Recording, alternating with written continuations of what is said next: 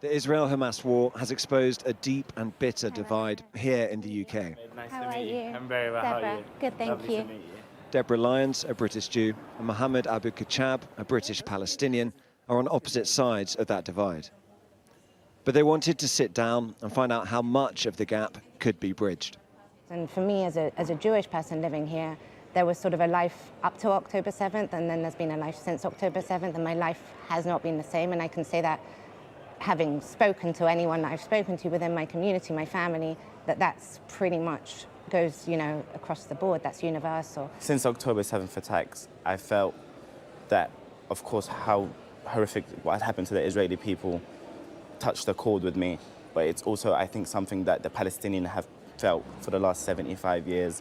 And as much recognition that the attacks do deserve, I also think there's never been a light on what's happened to the Palestinian people for the last 75 years. Calling for a ceasefire without calling for the release of the hostages, or calling for river to the sea rather than calling for a two-state solution, are things that for me are truly problematic. And then when I'm walking around London seeing swastikas all over the street or ripped down hostage posters on my way to work, does it make me feel very targeted here, very isolated here and afraid? Yeah, 100%. But with any community and any type of movement, there's always going to be an extremist side.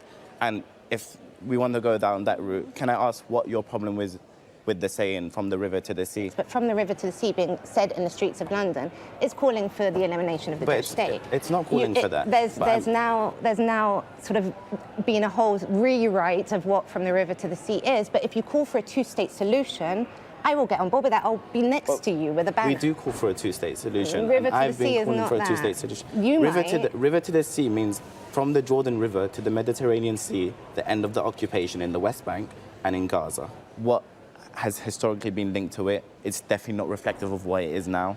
And what I will always know it to mean is simply the end of occupation.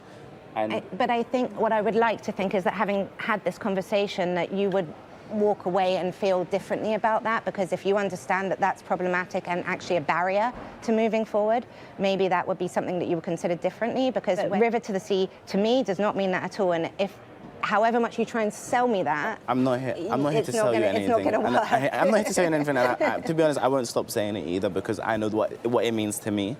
People like me and you should unite against all the type of violence that there is in the world, and show that we don't want these people who are only using violent means to come to agreements, because it doesn't need to be like that. I genuinely feel better having spoken to you, because I think there's something. I do have an issue with your river to the sea thing.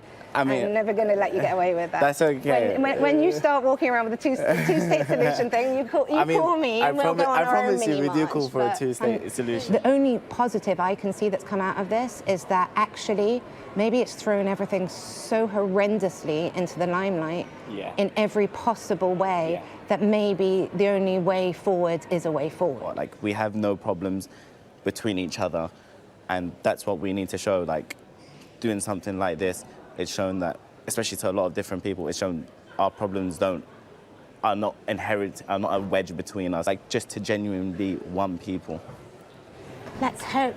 Here we can hope. Let's hope.